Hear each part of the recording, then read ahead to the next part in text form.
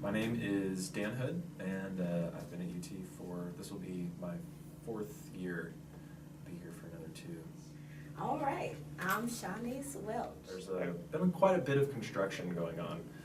We've got a brand new university center that's slated to open in 2015, I believe, or 2016, I can't recall. Check that. And then they're doing a lot of work regarding the Hill currently. They're completely renovating the side that faces Cumberland Avenue and building a new walkway, as well as tearing down a staircase that was perfectly fine and building a new one, as well as taking all of the bricks off of McClung Tower and re-bricking McClung Tower after they just recently did that to Andy Holt Tower in the past 6 months.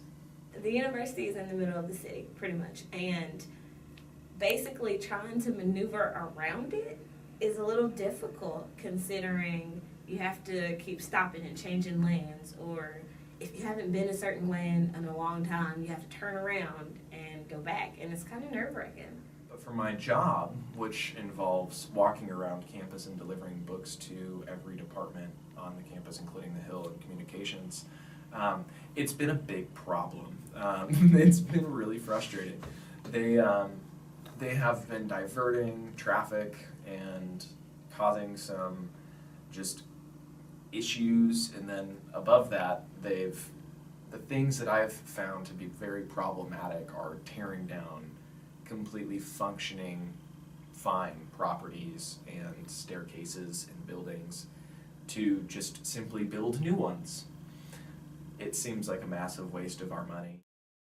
So for the most part, the things that I've seen that are going on right now are either cosmetic things, such as rebricking the buildings, which granted, yes, they're old buildings. Some of the stuff with McClung has to do with structural integrity. A couple of years ago, a side of the building fell off. So I think they're rebricking it for part of that. Another thing that I've thought that probably will effectively help students in the future is the brand new pedestrian bridge.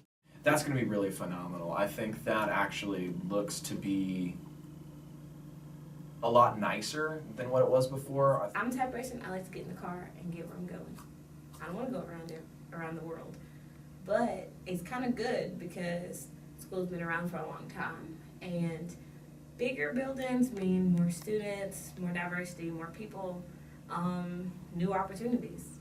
I mean, there are benefits to these things, but for the most part, I'm not going to see them. But that's just how construction works.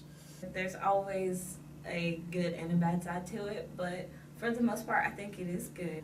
I think I definitely have a negative view towards it just because it's inconvenient, and it's kind of frustrating to see these things happen just because you're in the middle of it. So if I was given the money for all the renovations, I'd probably look into increasing the wages for all of our Aramark workers on campus, as well as the other student workers, as well as the faculty that doesn't necessarily get paid as much.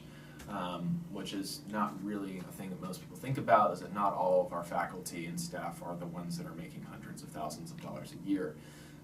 So maybe allocating those funds more appropriately towards our campus and proper, the people that are actually making this campus function, would be a wiser thing than just building more buildings.